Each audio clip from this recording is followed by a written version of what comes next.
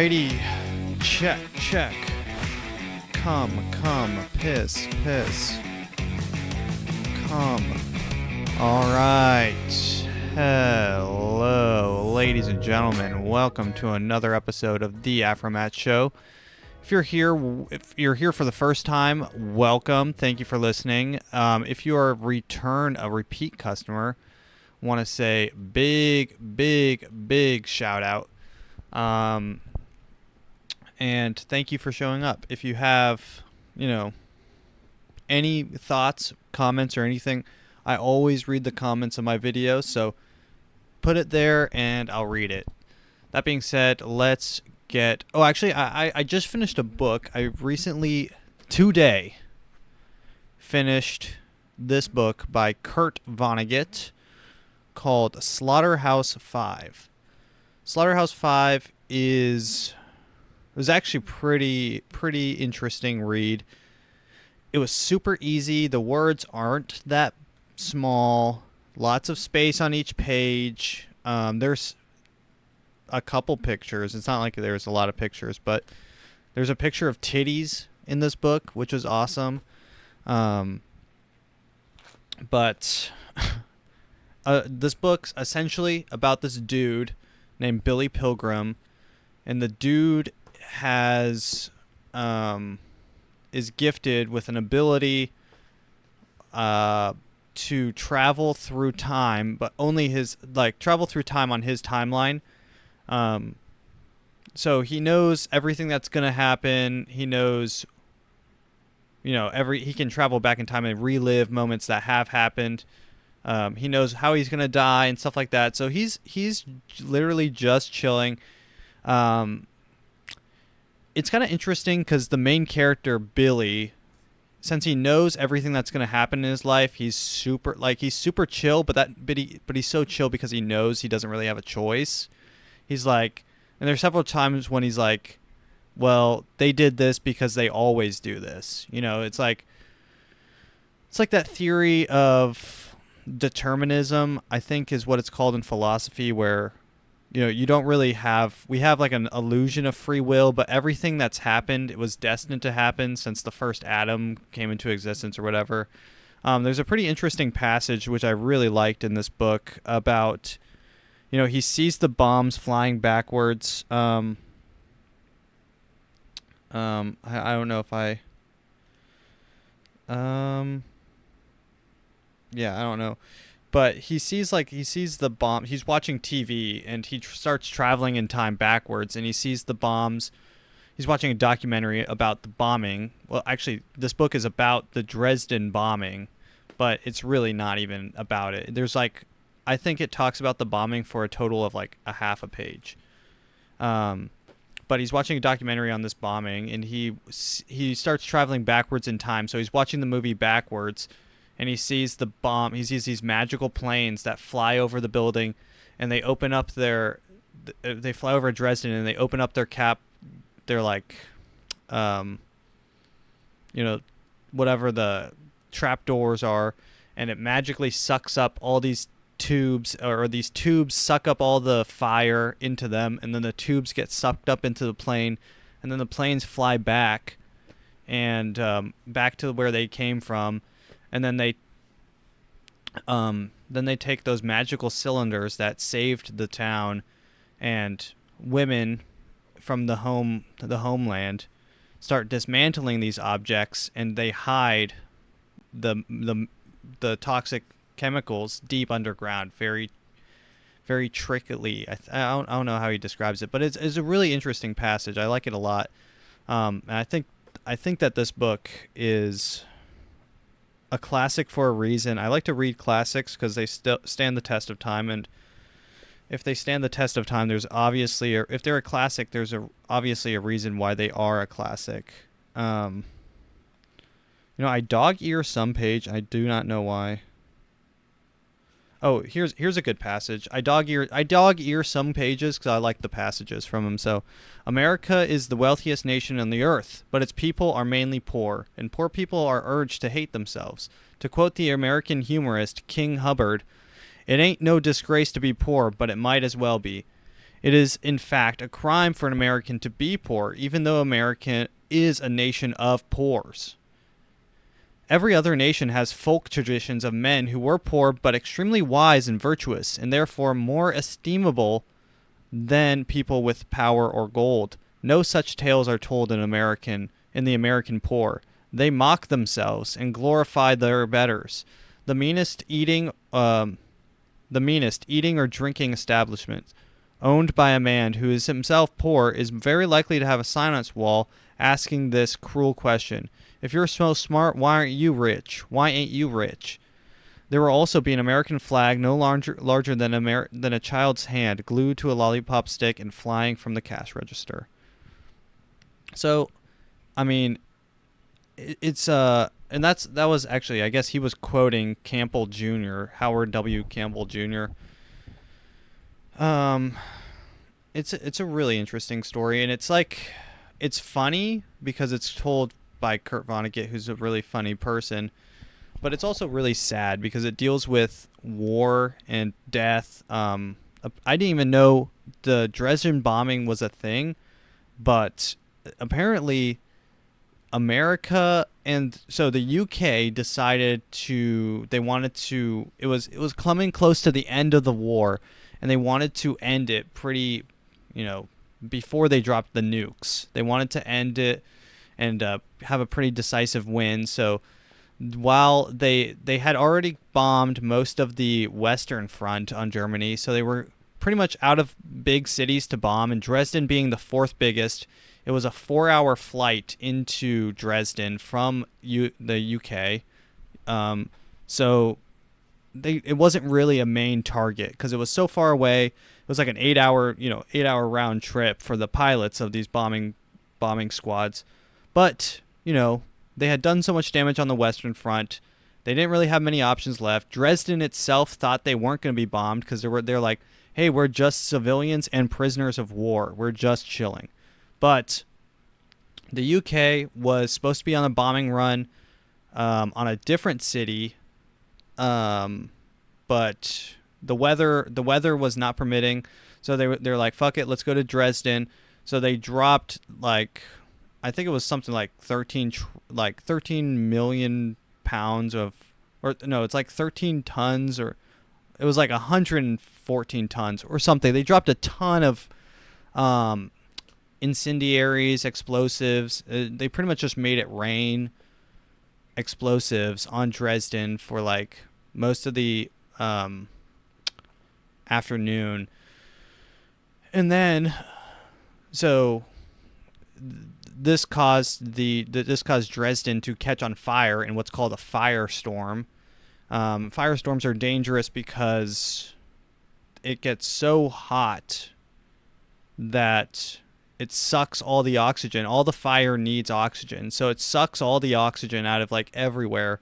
So all these people in these bunkers, all the oxygen was sucked out. The only thing they're breathing is carbon monoxide. A lot of the people in the bunkers actually didn't get a speck of fire damage or scarring or any sort of they all of them were pink with carbon monoxide poisoning. That's not to say that there aren't people that did get boiled alive. There was a couple tankers full of water that were being used by the fire department initially, and a bunch of people ran to those, and they thought they would be safe inside of the water in the tanker, but the tanker got so hot it started to boil these people alive. So and a lot of them died from just trying to tread water in the thing for hours and hours while the fires blazed. So Kurt Vonnegut himself actually was there. He was in the bombing of Dresden. So this book is very close to him, and you can tell that he hates war and everything associated with it. It's the whole thing about this novel is war sucks, and that's yeah, okay, brilliant point. But the way he tells it is interesting. I think actually a deeper meaning is that you can't really stop war, right? War is always going to happen in some form or another, But I think what he's trying to say with his character Billy Pilgrim is that, yeah, you can't stop war. You have to just go with the flow and just enjoy the happy moments you have on this planet, because and Billy does, he like relives these happy moments in his life when he marries his girlfriend, stuff like that, their honeymoon. He's able to travel to these times during times when he's like, a prisoner or whatever, or freezing to death. I think it's really interesting, and I like this book a lot. I think I could get more out of it. It's one of those books I could read again and probably get more out of it, but I have a lot of books on my bookshelf that have not been read. So I'm going to move on from Kurt Vonnegut's Slaughterhouse 5. I give this book, honestly, a 10 out of 10, because this book was super easy to read. Almost read it in like 3. I probably read it in 8 hours, right?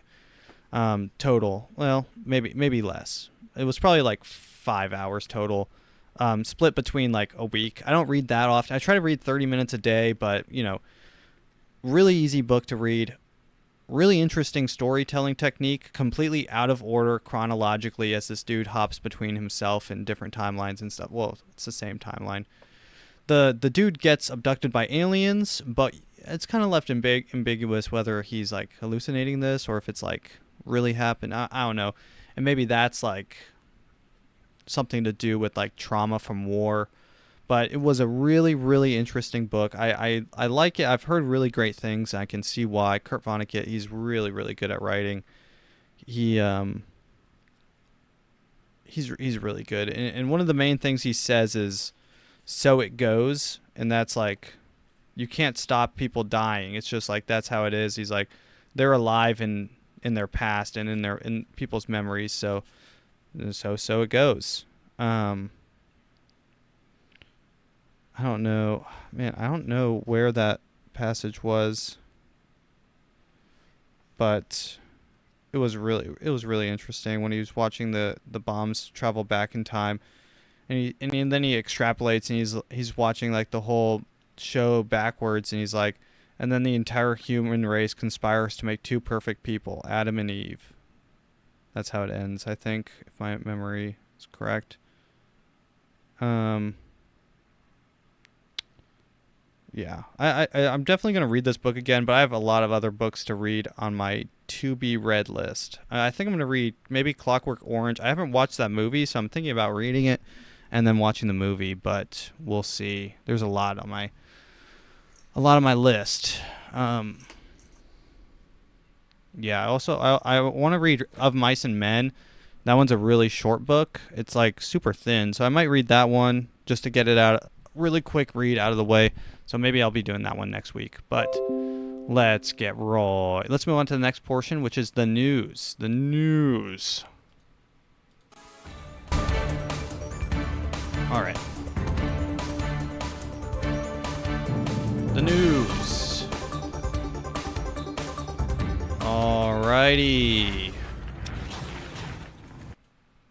All right, so what do we have in the news today? Okay, interesting. Apple unveils the Apple Vision Pro headset. AR platform with a revolutionary new product. And here it is.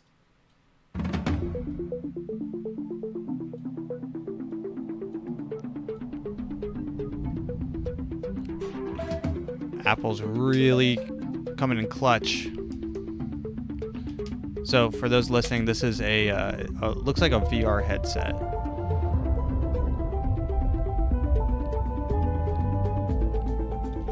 But it's AR, augmented reality. In Apple fashion, it's very, they go over every detail, swooshing, flying around the object.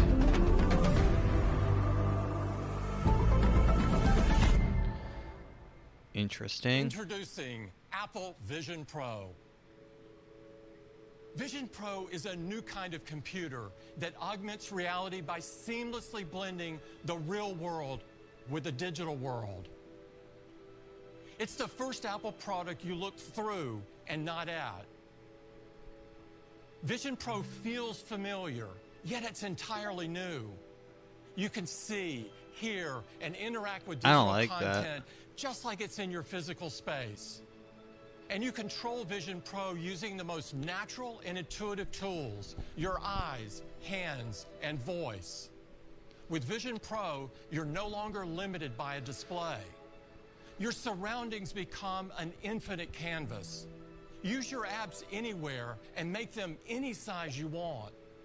Capture photos and videos and relive your most important Dude, if I see memories someone wearing in an this outside... entirely new Wait, way. there's a wire coming out the back of it. Watch your Is it supposed to be movies, wired? shows, and sports, and immerse yourself in games on a giant screen surrounded by spatial audio. Huh. I mean, that And does look connect cool. with people as if you're sharing the same space. Although there's no way These it are can just render some of the like ways high that definition Vision at Pro huge. blends digital content into the space around us. So, yeah, I mean, AR, augmented reality. What is there? What Robbie, is you have there that left to exclusive it? interview with Tim Cook. What is there to say about what hot take is there about AR? Honestly, my first reaction is I mean, kind of like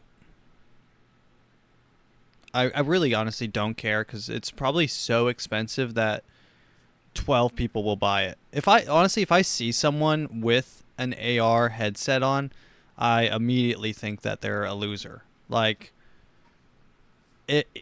you see someone on the bus. Imagine you see someone on the bus wearing an AR augmented reality headset.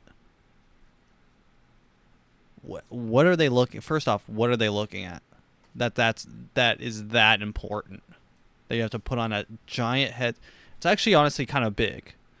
Augmented reality, perfect augmented reality, should fit on a glasses. You know, on your glasses.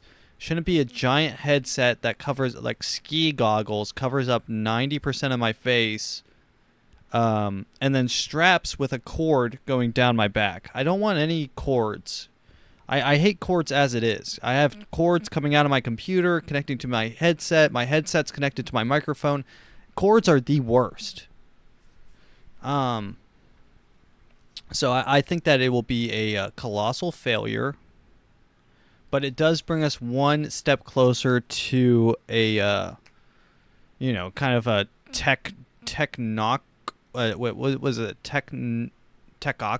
techocalypse, like an apocalypse full of technology, techocalypse. I mean, and that's apart from the side of the actual apocalypse that's happening with most of Canada catching on fire and apparently spilling over into New York. So I will talk about that in a bit, but yeah, augmented reality, it'll be a thing. It'll be a Black Mirror episode where you'll be able to block your friend in real life, or, the person you hate will be blocked out with, he'll be blurred out on your augmented reality. You won't be able to hear him. He won't be able to talk to you, and he won't be able to say those mean things about, transgender people that he always says, So, and maybe if he gets enough people that block him, then maybe everyone has him permanently blocked. I know video games do this. Guilty as charged. I have been banned on multiple games, not for my views on transgenderism, but on my views of my teammates that are often dumb, retarded, and mentally challenged, and other words and/or slurs. I'm kidding when it comes to that. But no, I have been banned on a couple games. One was Overwatch, and that's mostly because I would if my teammates were really bad, I would just throw games. But it's besides the point. It is part of the point, really. If you are a person and everyone's wearing these augmented, let's imagine a world where everyone wants to escape reality real quick. Let's imagine a world where reality sucks and people don't want to escape into their own, augmented realities. Now, in a world where that is so far, where that far-fetched idea is a thing, you might have people that say the wrong things, and those people might be blocked for everyone. Now, imagine you're that person that's blocked by everything. You can't talk to people. You walk up to people, you're blurred. They don't know what you look like. They just see a person who's blocked, and they're like, that guy's an issue. Stay away from him. And everyone has their augmented glasses on. And they're not going to take it off. Why would you take it off? It's your phone. It's your phone on your face. Duh. Imagine the pop-up ads on that. Oh, Christ, the pop-up ads. You're walking down the street, and you just get like a little pop-up on the top that says like, you renew your OnlyFans service or whatever. I mean, it is it's apocalyptic. And I think that the end of the world is going to happen soon. And I keep on saying the end of the world, and it's not the end of the world.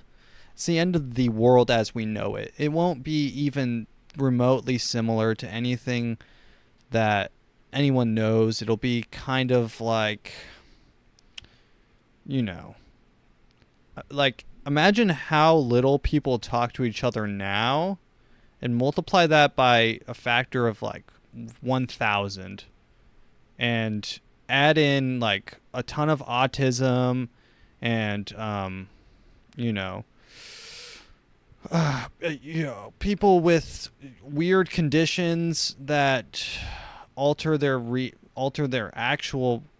Actually, that's a good point, because there are actual people that their actual reality is altered currently, so they might need augmented reality more than most people. We should get into the hands of those people who are walking around and seeing everyone and everything as a problem, and just yelling at people, and instantly start augmenting the reality to make them think that things are good. Actually, I think that's what Clockwork Orange is about. I think they take a pill that makes them think everything's like rainbows, sunshine. I think Brave New World's about that too. They take like a pill, they take a drug, and they all have sweet orgies, and everything's nice. So maybe augmented reality will be good. Imagine you take off your augmented reality, and it's like added color to a gray world. You take it off, and it's just everything's gray, but then you put it back on, and it's like, whoa, neon lights and blue. Oh, I see blue. The sky is blue. The sky is blue. When I have my glasses on, I take it off, it's just gray and brown. That's a fun thought. That's a fun thought for the future. That's not too far-fetched. I like to think about the future. I want to write a book about. I'm not saying I'm a good writer at all, but I want to write a book eventually about the future. I just don't know what it's gonna be. Reading all these books have inspired me to write my own. So I've been jotting a few ideas. Maybe I'll start writing soon. We'll see. But I would like to. I just like thinking about it, because you can extrapolate things as far as you can, and where you end up are some interesting places. So, but for now, I think that augmented reality will be a colossal failure, because it will be too expensive. Once it becomes the cost of an iPhone, then people will start getting into it, because it'll be like, well, do I want the new iPhone 11 that's the exact same as every other phone, or would I want some glasses that fit onto my head? Also, I don't want. You have to get rid of the wire. If it's not going to be wireless, and if it's not going to have the battery span of like 2 days, you can forget it, because no one's going to wear it. You can charge it in it. Yeah, you can charge it at night. That you have to. I think it probably has like a 2-hour battery. Yeah, it's a bad device. Oh my god, did I just spill my water? Shit. Sorry, I was lounging big time, falling asleep on my own podcast. That's awesome. New news. Here we go. Here's a new. Former councilman found sleeping in car while holding crack pipe. Charged with child molestation. Sole complaint, please. Careful. Jesus. He was holding a crack pipe? He's a congressman? Where is this? In Cranston, Rhode Island. Oh, crack. Found some crack on him. Crack. Some Gatorade bottles. Is Todd available? You want me to get him over here? Would you mind? Yeah, I don't mind. Just do me a favor, can you come over to the front of mine? Thanks.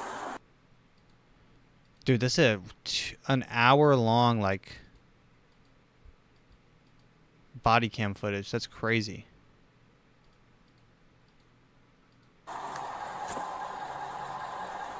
Oh yeah, that's crack. That's crack, all right. A former city council member in Rhode Island was arrested last month on a drug charge and was arrested and taken into custody Thursday on child sex charges, including first-degree child molestation. Sources told Warjar the latest allegations against Matthew Riley involve a young girl he met online. Jesus Christ.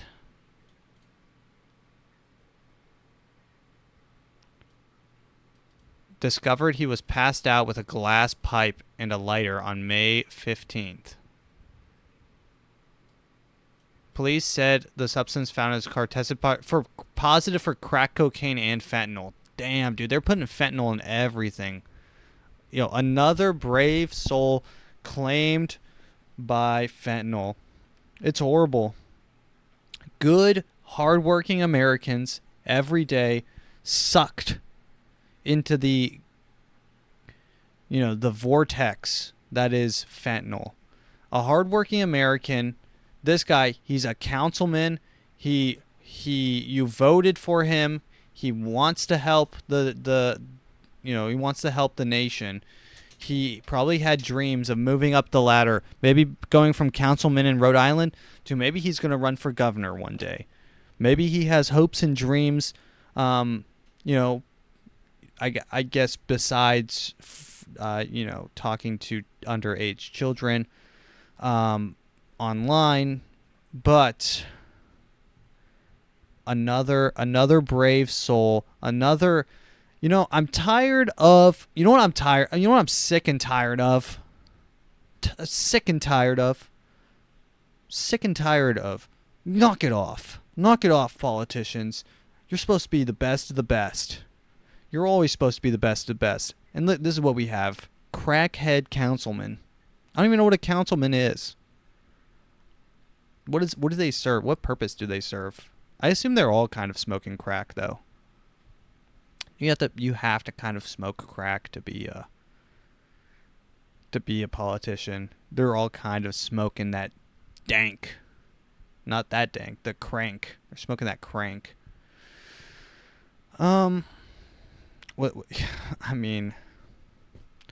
Blessed are our leaders. I don't know if that's a saying, but it feels right. Our fearless leaders leading us into a new age, leading us to a new, whatever. Okay, let's move on. We have Canada marks. Oh, it's Clean Air Day in Canada. That's awesome. Clean Air Day in Canada. What's going on in Canada? It is Clean Air Day with so Canada marks Clean Air Day with worst air quality in the world as Fed considers disaster response agency. So, like I said earlier, the Canada has been set ablaze. Wonder if there's video of Canada right now. Canada on fire. Let's see what's going on. Devastating morning. Canada wildfire smoke smothers East Coast. Here's New York. Unhealthy haze covering the Northeast as cities are completely saturated in smoke from the Canadian wildfires. Fox weather meteorologist Jane Minar is in Edgewater, New Jersey this morning with the very latest. Jane, we're still seeing that haze behind you. Good morning. What can you tell us? Yeah, it's just a really devastating morning. I mean, the last couple of days have been very hard to get through for a lot of people, young kids, but just the general person. Even me, myself, I've had some difficulties getting around. The sun is coming up. It's a bright ball just behind me, and I'm just about a mile from the GWB, George Washington Bridge, and it's completely clouded over. Now, yes. Yeah, that's nice. That is nice. That is what we like to see. You know, anytime there's a massive amount of smoke and smog and fog in the air, it's an improvement.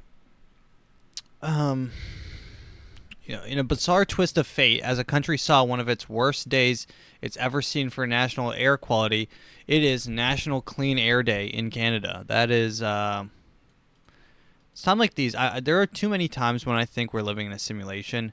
How does a nation break out in wildfires on National Clean Air Day? Also, they have such what a bunch of cucks. They have a National Clean Air Day. We're seeing vulnerable people at risk, outdoor events canceled, kids having to be kept inside at recess.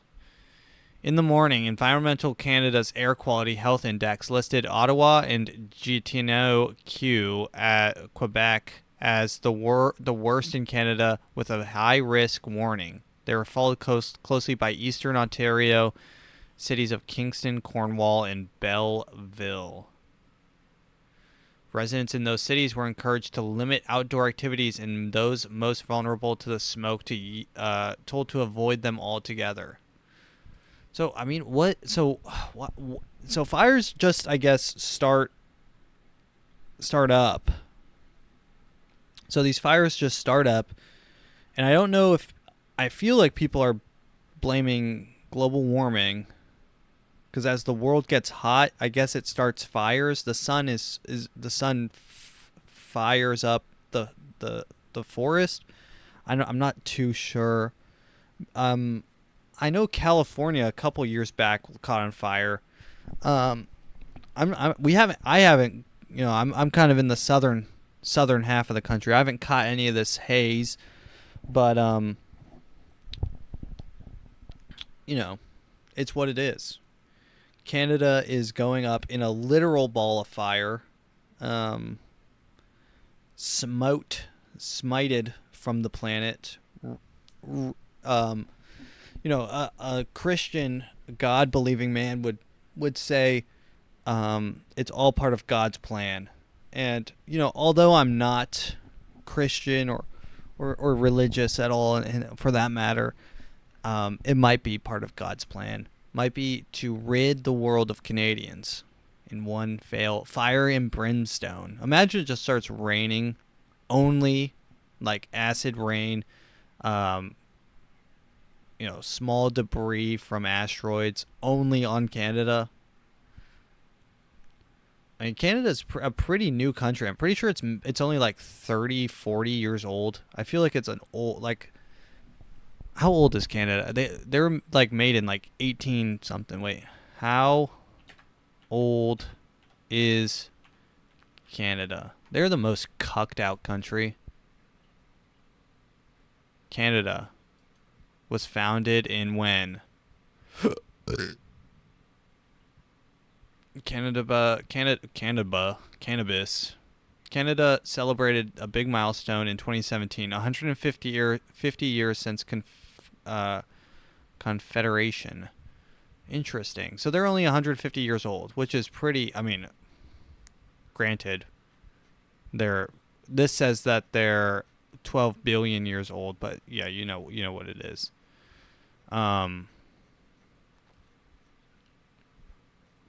Let's see. 4 billion BC, the date of the origin of the oldest. Okay, so yeah, I mean, Canada is kind of a cucked out country. Let me elaborate. The way they handled COVID with the lockdowns, not cool. The way that they make an indigenous people's announcements before most speeches, not cool. Have you heard one of these things? It's actually so ridiculous. Indigenous people, like recognition, indigenous people recognition. I've heard like one of these.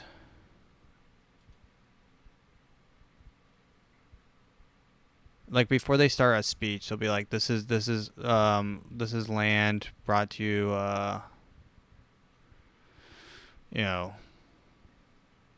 thank you for letting us have your land," or whatever. I don't even know what to even look up to find this. Oh, it's a land acknowledgement. Native people land acknowledgement. That's all they get, really, is land acknowledgement. It's so crazy. Whenever they give a speech, it's just an acknowledgement. Hey, yeah, we know you exist. It's absolutely crazy.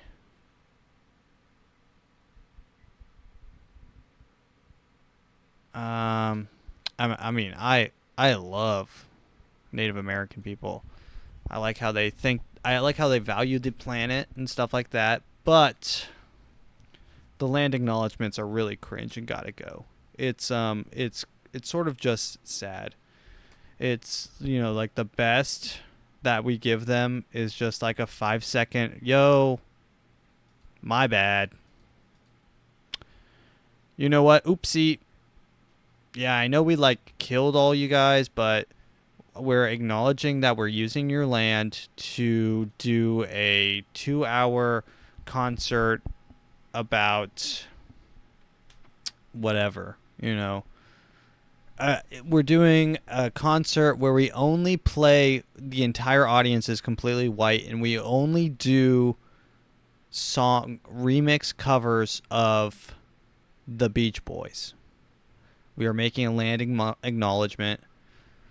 We recognize that we are on sacred, pre-owned. It was owned previously by Native Americans. No longer. That's what I think is weird. Like they're like, they don't own it anymore. Let me let you know that we own it, but we're acknowledging that they did once own it. It's like, okay, great, and now they're all like, and I guess, they all just got shoved to Nevada area, and that's where they just exist. It's kind of, it really is. The Native Americans, I feel like, almost have it worse than black people in the nation right now. That's just what I'm saying. Take it with you what you will. I have a white perspective, and this is my acknowledgement. This is my land acknowledgement. I am on Native American land, and I am white. I am an oppressor. I'm a what do they call it? There's a word, colonizer. I'm a colonizer. I'm sorry. I'm sorry for being myself. I'm sorry for existing in the form that I exist. The whiteness and the blood. And I'm sorry that I burn so easily. I'm sorry that I lack the melanin. I'm sorry that my ancestors did things that were no bueno. Now that we're done with all of that, I should have started the podcast off with this. Now that I've degraded myself enough, I feel like I can finally continue with the podcast. I self-loathe constantly. I'm constantly flagellating myself for the sins of my ancestors. And even though I am part Irish and the Irish were enslaved, every Irish person should know that as a caveat. Got to add that on to almost every. I love that I'm Irish, so I can add that caveat on there. A lot of us died in the famine, right? You ever heard about the potato famine? Several people died. Lots of people died. Right? Now, I'm not trying to compare that to anything. I'm just putting it out there. I am ashamed for existing. And that's better than the alternative, which is being proud of my race, which would be, if I said that live, that would be a public display of terrorism, and I would probably have my door busted in, and like blasted, or like clipped. Someone would clip it and say, "Look at this white supremacist. He is bad." It is what it is. I'm not happy. I'm not thrilled about any. I'm not thrilled, and I feel like I speak for the majority. I feel like there's a lot of people. Something in me feels like there's a lot of people out there that share a lot of my sentiments, and that's why I make these, because I feel I can't be the only one that feels this way. I cannot be, right? There's got to be other people out there. The algorithm will reach them, but I can't be, and I feel like they think they're alone too. But I just feel like there's such a sense of dread and misery, and it feels like every person has been squashed and flattened across the board. And, in other countries where that was the norm for several thousand years, I'm looking at you, England. In America, it's like every person has an equal chance to do something as long as you're willing to try. But it feels like in America, everyone's so flattened that there's like a sense of like unsurmountable dread, and then you read the headlines, and it feels like there's almost no way to win ever, right? You can't beat people that control the media, that have the media in their pockets. You can't beat big oil. You can't beat Jeffrey Epstein, who's running a child sex trafficking ring. I mean, probably that guy who smoked crack cocaine was probably pretty hype about that. But it's like there's just a sense of, nihilism, and maybe I'm cynical. Maybe there's like a silver lining. Go watch Joe Rogan. He's good at silver linings, but I just I talk into this microphone because I want to air my grievances at the world. And as a young person, I feel like the world's in almost the worst state it's almost ever been. I know every generation says this. They're like, well, back in my day, I was living through World War II. Yes, but you could like afford, things. Like if you survived World War II, you could afford things. Like you could buy a car. My grandpa says he bought his first car for $300, brand new. It was like 0 miles. I'm like, okay, cool, that's awesome. Meanwhile, I live in a 2-bedroom apartment for half of my monthly wage. So it's like, it is what it is, but it feels like it's almost becoming a mountain that is unclimbable for normal people. The only way that you can like break out of any sort of like social class is by knowing someone. You have to know someone in a higher class than you that's willing to pull you out. They have to reach down. You have to know someone willing to reach down, grab your hand, and hoist you up to the next class system. And then you have to meet someone else who's willing to reach down and pull you up to the next class system. It's like you can't ever like just brute force climb your way up. You have to rely on these handouts from people. That's like the Mr. Beast effect. He is reaching down and just plucking someone and just catapulting them to the next tier. Maybe it's because I'm young, and maybe this is how the world always works, right? But, and I'm not saying that everyone should be on the same level, right? But I just feel like it's so hard to climb levels. Like, I feel like I'm a smart individual, and I have, but maybe, maybe I don't have the drive to even make that climb. Maybe I'm finding out some things about myself on this show. Maybe I just don't want to work that hard. And I mean, that's true. I don't like working that hard. So maybe that is true. But, what else is true is that the world is in like a worse shape now.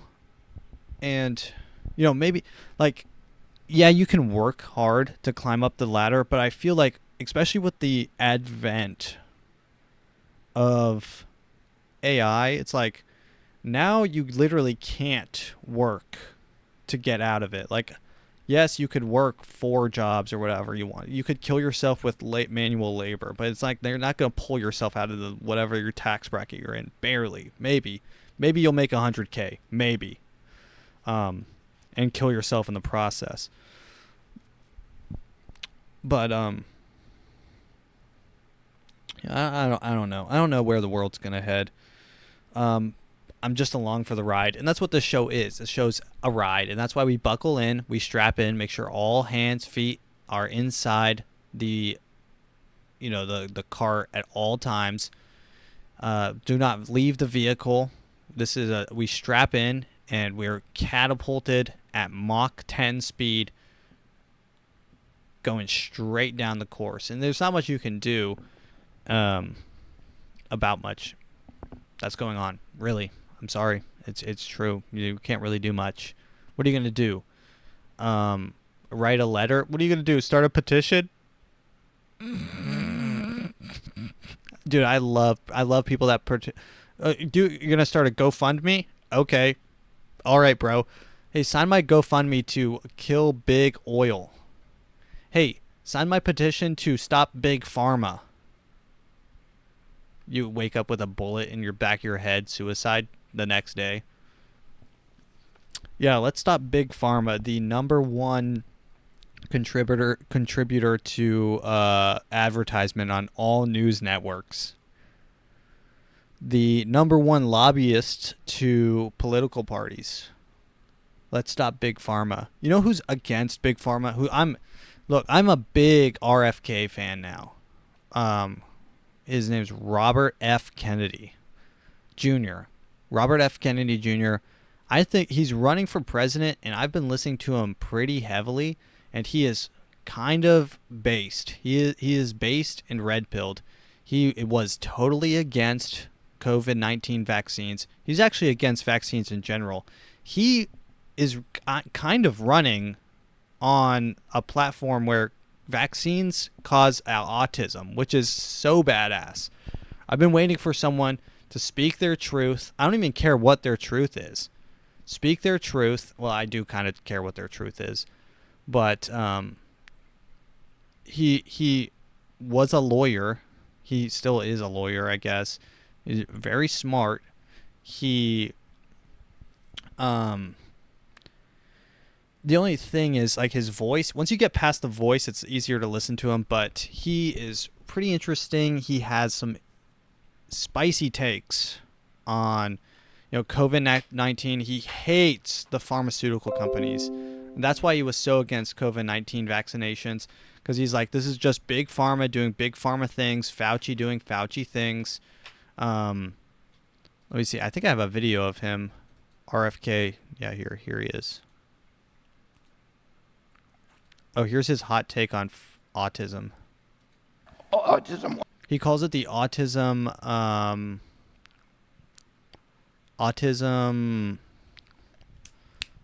pandemic, because he says it's like so prevalent. Autism went from 1 in 10,000 in my generation, which it still is, to 1 in every 34 kids today. We got these explosions of autoimmune diseases that same year, rheumatoid arthritis, juvenile diabetes. Why is that happening? Why did peanut allergies suddenly appear in 1989? We know it's an environment. So he's talking about all these like toxins and stuff. I don't know if he goes as deep into it, like, the microplastics and stuff in the things, and like the estrogen in the water or whatever, or maybe he's into fluoride. Maybe he's into fluorinated water. That could be interesting. But I hope to hear a little bit more on his on his stance on fluorinated water. Hey, Mr. President, what's your stance on fluorinated water, please? Mental toxin. Genes do not cause epidemic. If any of you are my age, you cannot remember meeting anybody when you were a school kid who had autism or a peanut allergy. Prior to 1989, these were, minor things. But now, today, eczema, all of these autoimmune diseases suddenly explode that year. What happened that year? Well, we know there's about 11 culprits, and it's an easy thing to figure out which one it is and then eliminate it. No, he didn't talk. It's vaccines is what he's saying. He's saying vaccines cause autism, which is, based, and I will be voting for him for president. Most likely, he is running on the Democratic ticket, which is,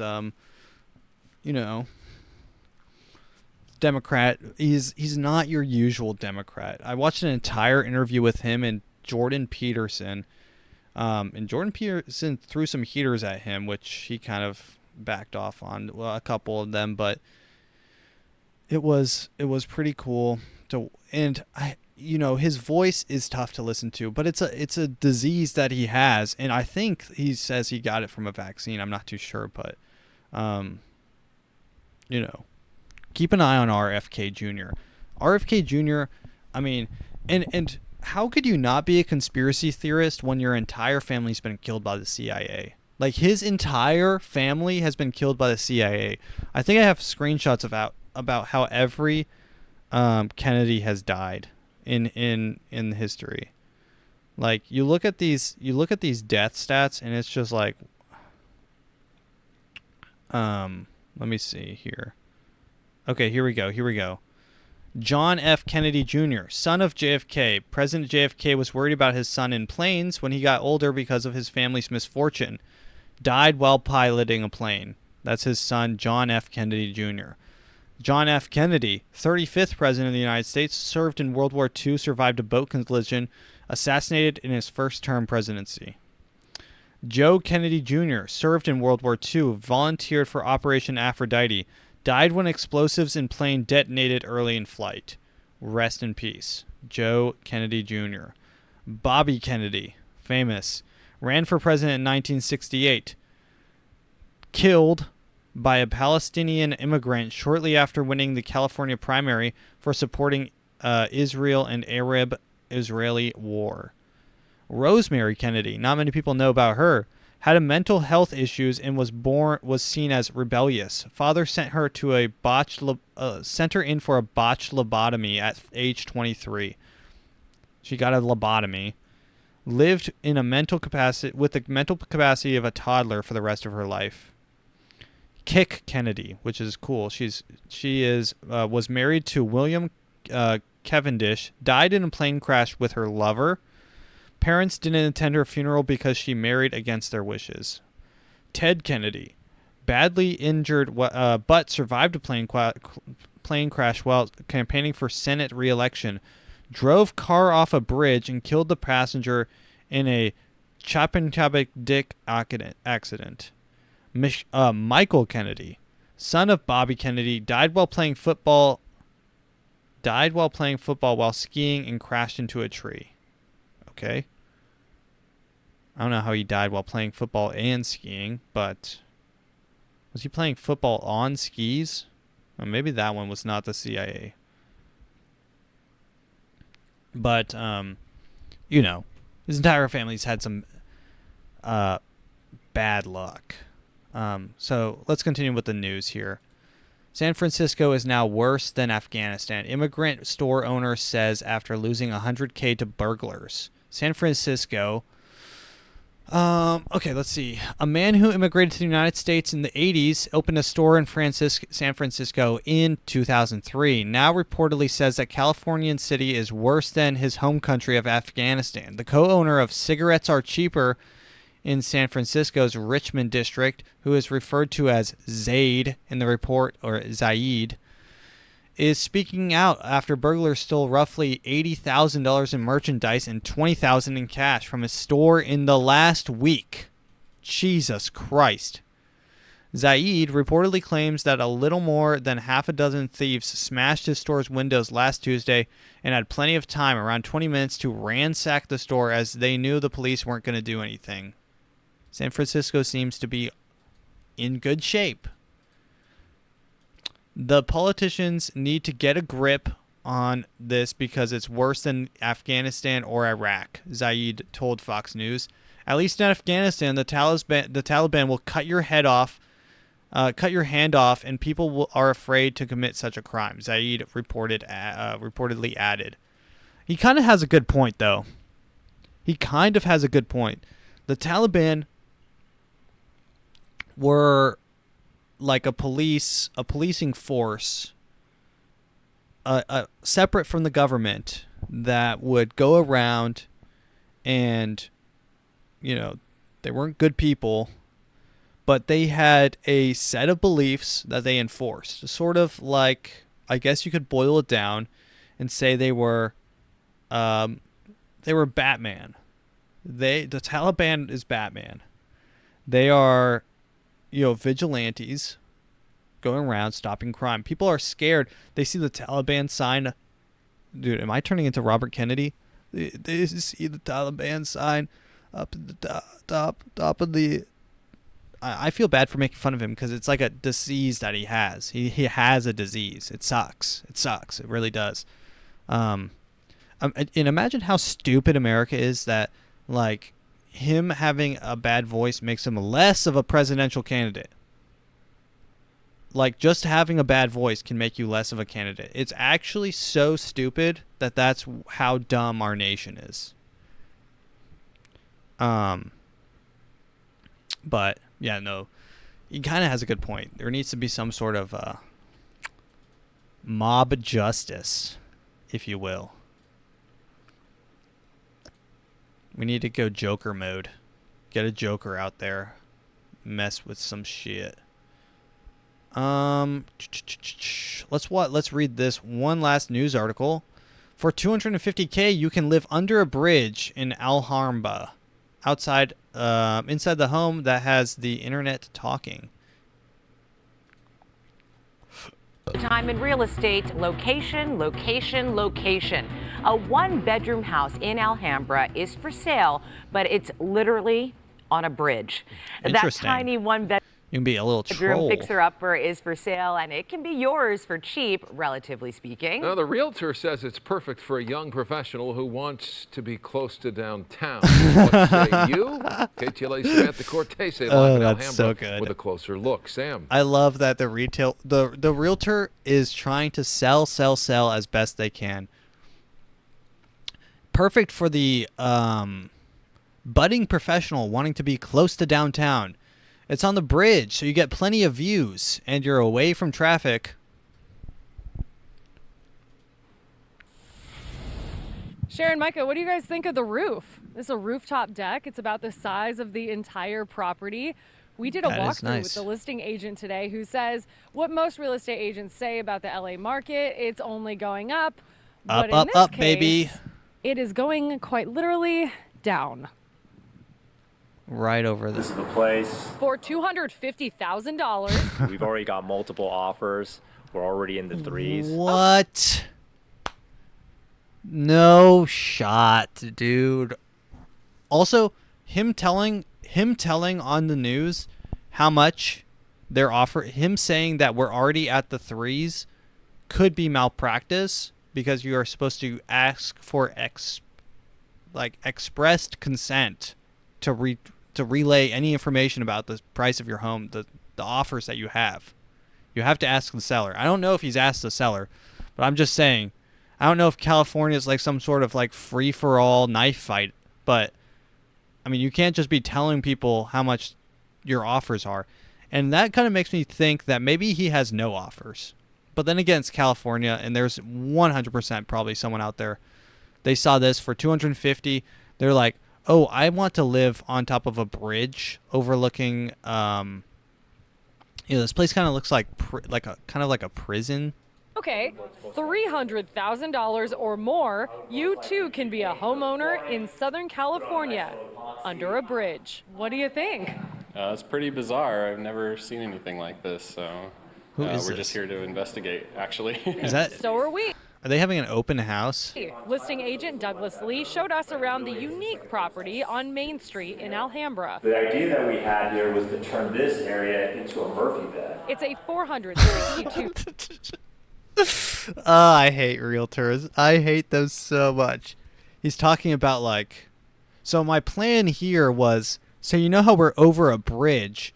What if we did a giant slide right out here and it goes right into the California River? Now, when it gets full of like sewage and maybe we get some nice rain, it'll come right up to your deck and you can go fishing right off of it. Can you picture that for a second? Close your eyes. Square foot, 1 bedroom, 1 bathroom with a rooftop deck that is street level. You walk the stairs down and there's your 1949 waterfront property, the Alhambra Wash. The current owners bought it in 2005. The perfect man cave, they thought, but over the years it became a storage unit. Lee admits it's a total fixer-upper. They know there's a $3,000 mold problem. There's a small leak in the roof. We're still trying to get that all taken care of. But in this There's a $3,000 mold. So there is mold. There's a buyer. I've heard ideas for everything, turning this into an Airbnb, using it as... Christ on a cross. This Airbnbs are really the last bastion of cesspool shit, dog shit. An Airbnb overlooking, it's on street level, so you're right next to all the people that are driving drunk, and you're over sewage overfill from the California River. So that's it. You're the perfect place. You're in the perfect spot. As a law office, they wanted to do a cigar shop. Did you know this was here? No, and we've driven by this a million times. Adrian and his friend are just 2 of the dozens of people who stopped by in a matter of a half hour on a Tuesday afternoon, curious about what some are calling the troll house. Obviously, the person that it's going to go to is going to be the one that has imagination and can see all the great things about it. Where else are you ever going to see such a place, you know? And also, the troll imagine house. what this would be like when it's raining, to sit above the water going underneath. Yeah, imagine. Yeah, people are still coming up as we're going live asking about the house. That is crazy. One thing to note, Sharon, Micah, no parking. You have to apply for a permit through the city of Alhambra, find somewhere to park along the edge. But we've seen older... That is unfortunate. Worst part, no parking. All right, let's get into TikTok time. TikTok time. That is not the TikTok noise. Is it this one? Nope, that's the end. Nope. Oh, here it is. All right. TikToks. All around you. It's my favorite part about the movies. All right, let's watch this. TikToks.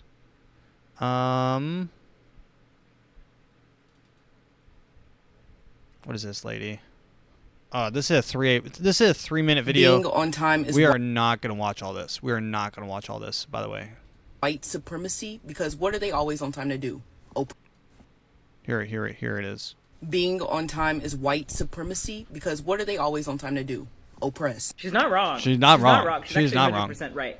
This year I learned that there's 2 different ways that time can be measured: monochronic and polychronic. So okay. Individuals and societies that move in a polychronic way value relationships to people. This person is... There's like people that say people are chronically online, which means you're online so much you start talking and only saying things from that are like online circles, like you haven't read a book. I think this person's like chronically in like liberal classes. Like this is like only shit that, you know, intellectuals debate in like some sort of weird social justice class, like women's study or that random shit, like talking about people moving in time polychronically. Okay, please stop. And that's where dude, imagine paying for a class in school. Monochronic and polychronic. She doesn't really know because she's just regurgitating whatever her retard professor just said. So individuals and societies that move in a polychronic way value relationships. Unless she is the people, relationships to the earth, etc., etc. Okay, so I need to try to fit this within the right amount of time. So, first of all, this was an amazing... So this is a TikTok reacting to a TikTok reacting to a TikTok. And I'm reacting to it. So this is like the degradation of content. And it's perfect. I couldn't stitch it, but I tagged both the creators in the comments. Thank you to everyone who helped me find the video because I had lost it and I was freaking out. So thank you for all the tips. And to the creators who made this was freaking brilliant. First of all, yes, colonizers do want people to be on time just to oppress. And two, those terms are amazing. Like, I didn't know that there was terminology to describe that, so I feel very much educated. Mm-hmm. And I think this is really important because I do work in public health, and I think and we work with underserved communities so that polychronic and what is it called? Chronic and polychronics. Monochronic and polychronic. I'm gonna look this up. Polychronic and monochronic.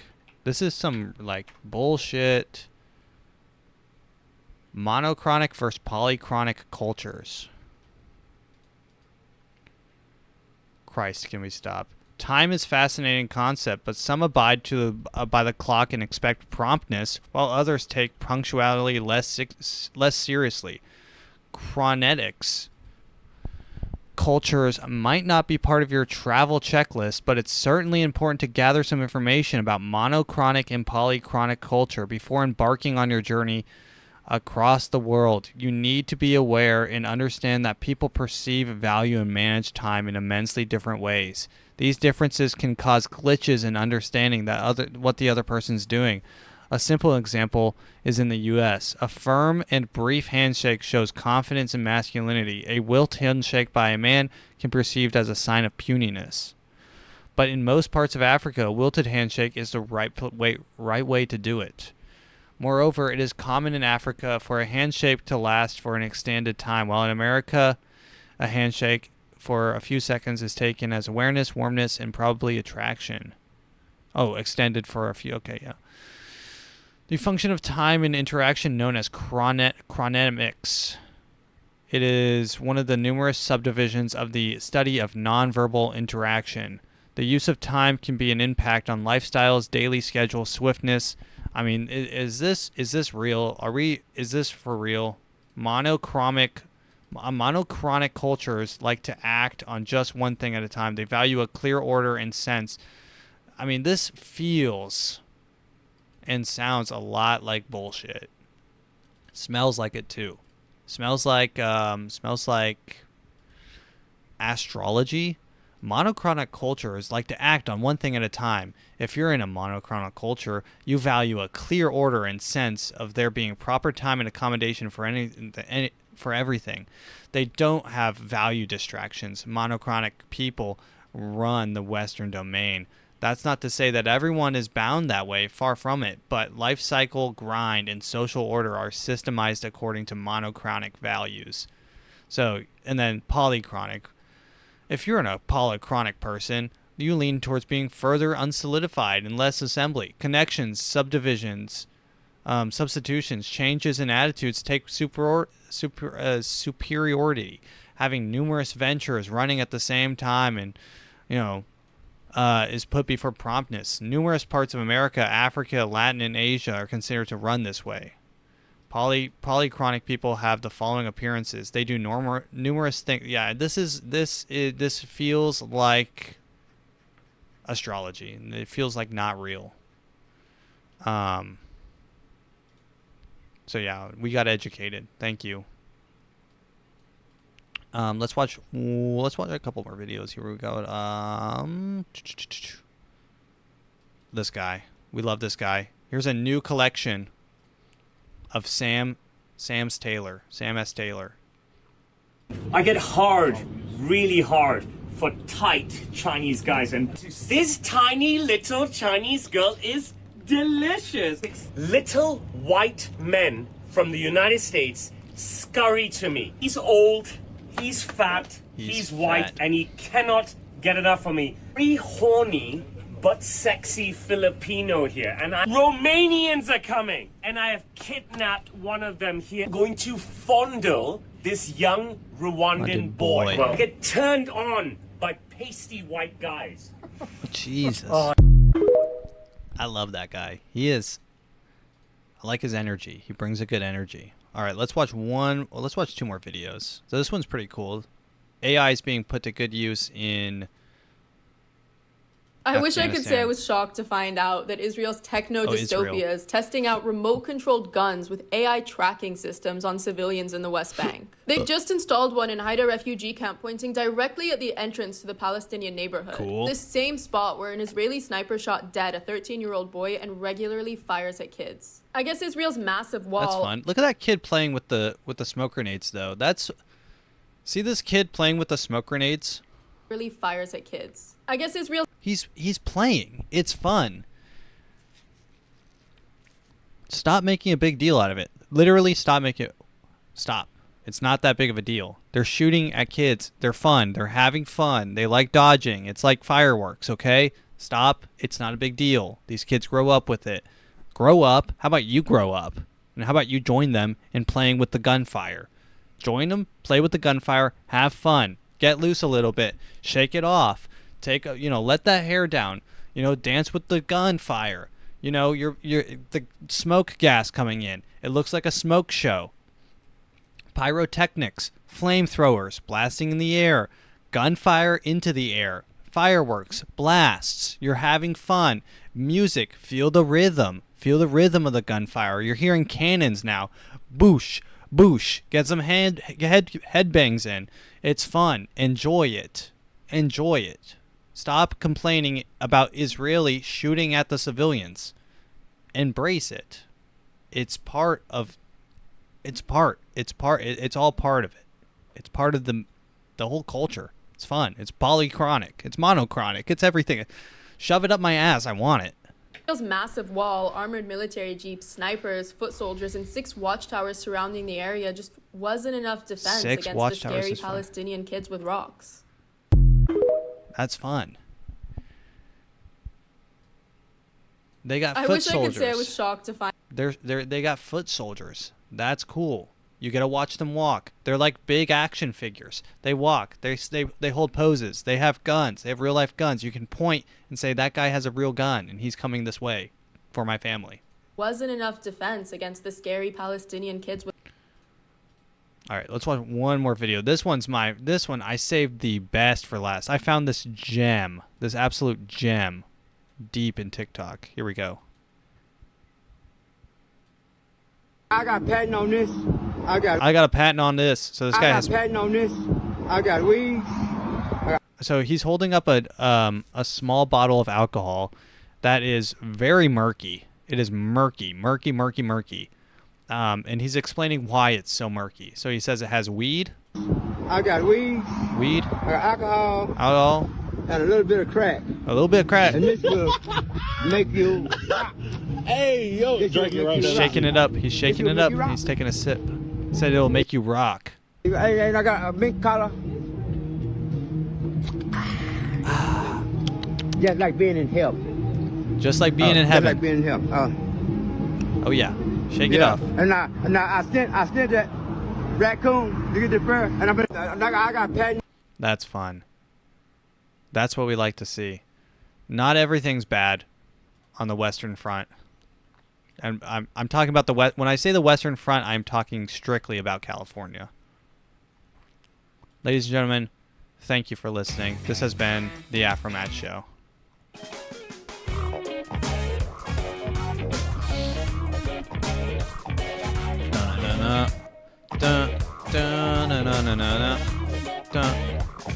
Goodbye.